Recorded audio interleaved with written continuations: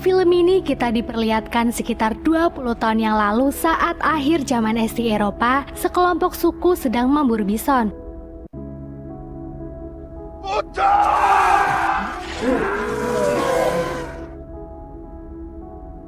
Membuat bison yang takut memilih untuk terjun ke bawah tebing.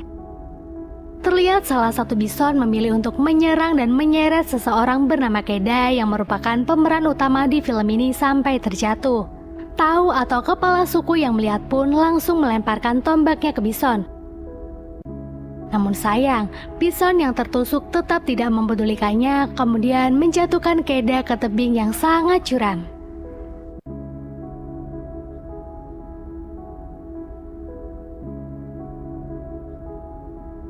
Terlihat 1 minggu sebelum kejadian, Tau dan pasukannya sedang menyeleksi anak-anak muda yang akan ikut berburu. Mereka memberi perintah untuk membuat senjata dengan batu yang dipahat. Hanya 2 orang yang berhasil lolos. Keda merupakan salah satu dari orang tersebut. Mereka yang lolos kemudian dipukuli agar fisiknya kuat. Kini kita diperlihatkan bahwa Keda adalah anak dari kepala suku tersebut. Terlihat ayahnya sangat menyayangi Keda. Malamnya, mereka menggelar ritual bersama sebelum berburu besok. Hingga paginya, terlihat pasukan yang akan berburu sedang berpamitan dengan keluarganya masing-masing. Keda di sana juga berpamitan kepada ibunya yang terlihat sangat menyayanginya. Kini, mereka memulai perjalanan berburunya. Malamnya saat mereka sedang beristirahat, Tau menyuruh anaknya untuk mencoba menyalakan api dengan cara bambu yang digesek, namun tidak berhasil. Dan ayahnya mengatakan untuk bertahan hidup, kau tak boleh pantang menyerah. Paginya mereka yang melanjutkan perjalanan bertemu dengan sekelompok suku lain yang sedang berburu juga. Ternyata Tau dan kepala suku itu berteman. Akhirnya mereka berdua memilih untuk berburu bersama. Tau juga mengenalkan Keda kepada temannya itu.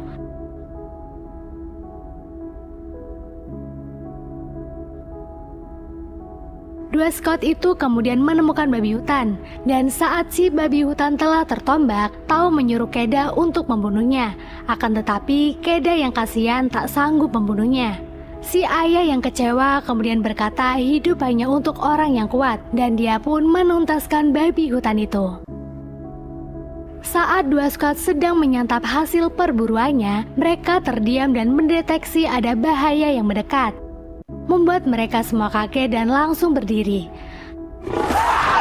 Tiba-tiba datang Sabertooth menyerang salah satu orang di sana. Semua orang di sana kaget, terutama Keda yang baru pertama kali ikut berburu. Hari berikutnya setelah mereka selesai melakukan upacara kematian, dua scout itu kembali melakukan perburuan.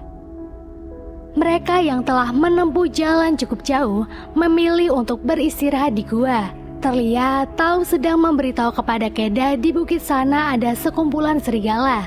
Pemimpin serigala itu bernama Alpa. Dia terus menjaga kawannya di atas yang lain dan sudah pasti dia selalu dalam bahaya. Menurut Tau, serigala tak dilahirkan sebagai Alpa, tapi dia dapatkan itu dengan keberaniannya sendiri dan hatinya. Setelah itu ayah Keda juga memberitahu cara mencari petunjuk pulang menggunakan tangannya yang dihadapkan dengan rasi bintang. Hari berikutnya, ayah Keda yang menemukan kotoran bison menjadi semangat mengetahui target mereka sudah dekat. Orang-orang di sana kemudian mengoleskan lumpur di wajah dan senjatanya. Lanjut, mereka langsung menyerang bison itu. Kita diperlihatkan di mana awal film ini dimulai. Keda yang terjatuh dari tebing ternyata menyangkut di sebuah batu. Namun dia yang sudah tak kuat melepaskan tangannya. Dia terjatuh di antara bebatuan tebing sampai tak sadarkan diri. Ayahnya yang melihat Keda jatuh menangis terseduh-seduh. Sampai malam terlihat ayah Keda terus memanggil-manggil Keda berharap dia sadarkan diri. Hingga temannya berkata sudah waktunya kita pulang. Paginya dengan berat hati, Tau memimpin upacara pemakaman anaknya. Dalam tangisnya dia pulang bersama skuadnya dengan membawa hasil perburuannya. Nah, menjelang sore, datang burung mendekati Keda. menotol Keda membuatnya terbangun dari pingsannya. Saat sadar, Keda terus memanggil ayahnya. Dia yang masih lemah berusaha untuk turun ke bawah tebing. Namun sayang, tak ada lagi pegangan yang dia temukan, membuat dia berjam-jam berdiam diri memegangi batu dengan sisa tenaganya. Langit yang mendung kemudian turun hujan dengan sangat deras, membuat lembah yang ada di bawahnya seperti sungai mengalir. Keda yang mulai tak kuat memilih untuk terjun ke bawah. Saat Keda terbangun dari pingsannya, dia langsung meminum air yang ada di dekatnya. Hihihi. Setelah itu, Keda mencoba mengobati kakinya yang patah tulang. Saat sudah mendingan, Keda berjalan kembali ke tempat di mana mereka berburu kemarin. Di sana, Keda melihat setumpukan batu dan menyadari bahwa si ayah telah menganggap dirinya mati. Hari berikutnya, Keda yang sangat kelaparan terpaksa memakan cacing yang dia cari di tanah. Tak lama setelah itu, terlihat segerombolan serigala yang akan menyerang dirinya. Keda langsung naik ke pohon tempat dia tidur semalam. Dia berhasil lolos dari terkaman para serigala itu. Walaupun dia sempat tergigit oleh salah satu serigala di sana, tapi dia berhasil menusuk serigala itu hingga tak sadarkan diri. Keda terus berada di atas pohon sampai pagi. Setelah mengumpulkan keberaniannya, Keda turun dari pohon itu dan mencoba akan membunuh serigala itu. Akan tetapi dia yang kasihan lagi-lagi tak dapat membunuh. Keda memilih untuk membawa serigala itu bersamanya dan mengikat mulut si serigala itu agar tidak menggigitnya. Nyau. Malamnya saat Keda sedang beristirahat bersama serigala itu, dia didatangi sekelompok hena membuatnya pergi dan mencari tempat lain. Keda akhirnya memilih untuk beristirahat di gua kecil, kemudian berusaha menyalakan api dengan bambu yang digeseknya tapi tak kunjung berhasil.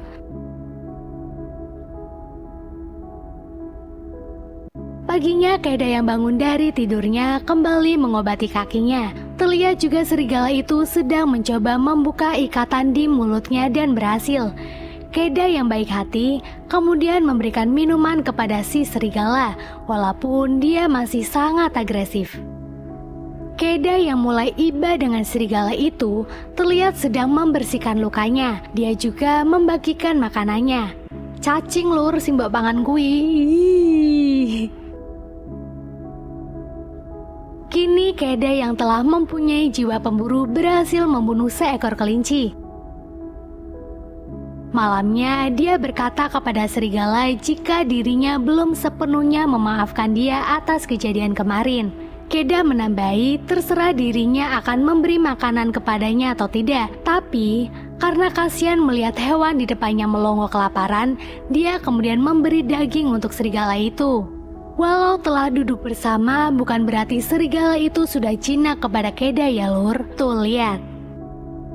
Lanjut, Keda kemudian meregangkan tangannya sambil melihat terasi bintang. Dia meminta petunjuk kepada roh nenek moyangnya untuk memberitahu arah jalan pulang, seperti yang telah ayahnya beritahu kepadanya.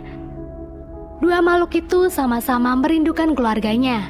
Musim salju pun akan segera datang. Keda meragukan dirinya bisa pulang saat musim salju.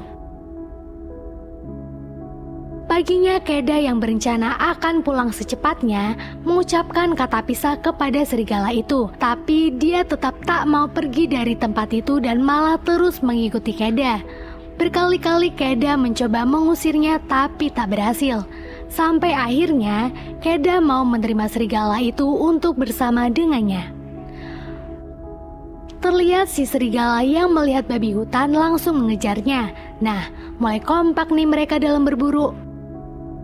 Malamnya mereka memilih untuk beristirahat bersama di tengah hutan. Paginya mereka kembali berburu bersama dan Alpa berhasil mendapatkan hewan untuk dimakan mereka malamnya. Kini serigala itu sudah tidak agresif lagi dengan Keda.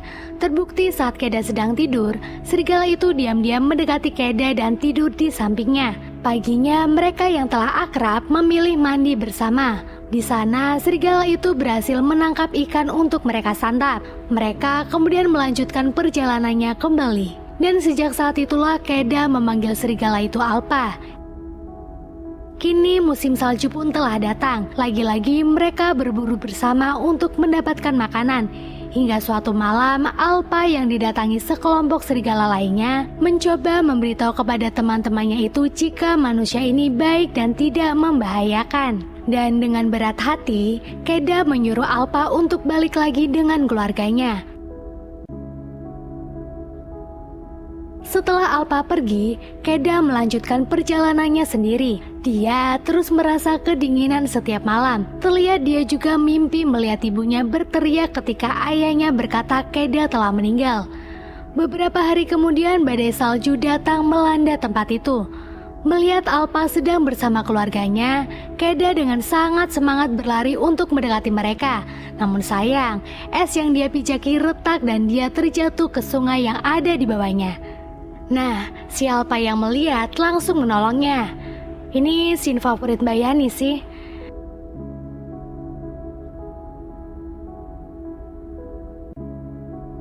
Dan semenjak itu pula Alpa tak lagi meninggalkan Keda. Keda yang sangat kedinginan berusaha untuk menyalakan api agar dia tak terkena hipotermia.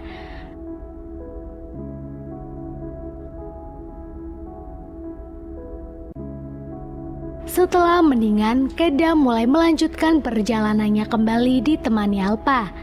Di jalan, Keda sangat senang melihat ada seseorang di samping tenda dan langsung mendekatinya. Akan tetapi, harapan Keda hilang saat tahu orang itu ternyata telah meninggal. Keda kemudian masuk ke dalam tendanya dan mencari apakah ada makanan yang tersisa. Namun ternyata nihil lur. Jelas hal itu membuat Keda frustasi karena sedang lapar. Keda lalu mengambil senjata panah yang ada di mayat itu dan kembali melanjutkan perjalanannya. Kini badai salju pun datang, membuat perjalanan mereka sangat berat dihadapi. Tak sampai di situ saja ujiannya, terlihat sekelompok Hyena melihat mereka dan langsung mengejar. Mereka kemudian berhasil bersembunyi di dalam gua. Namun bukan berarti mereka telah aman. Di dalam mereka didatangi Saberbat. Saat hewan itu akan menyerang Keda, Alpa langsung melawannya dan mereka pun berkelahi. Keda kemudian memberanikan diri untuk memanah hewan itu hingga mati. Akan tetapi akibat kejadian itu, Alpa mendapati luka yang parah sampai dia pincang. Sakne. Di dalam goa, Keda mengucapkan terima kasih kepada Alpa karena mau mempertaruhkan hidupnya untuk dia. Keda juga mengatakan jika Alpa sudah satu suku dengannya.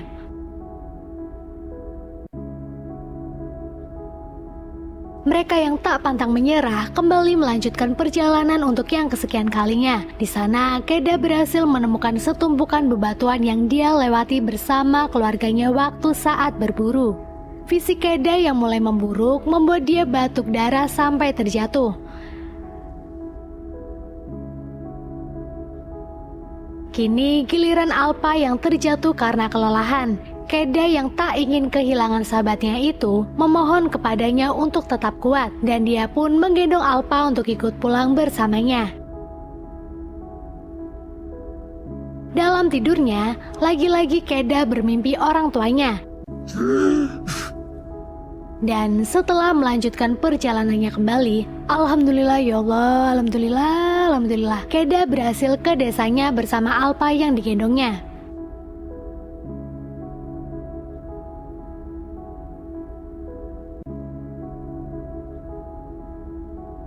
Tentu saja ayah dan ibunya yang melihat langsung memeluknya.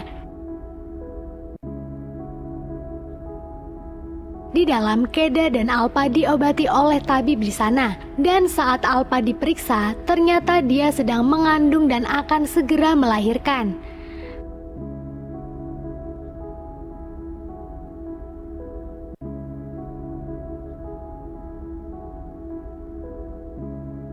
Semenjak itulah manusia dan serigala menjadi berteman.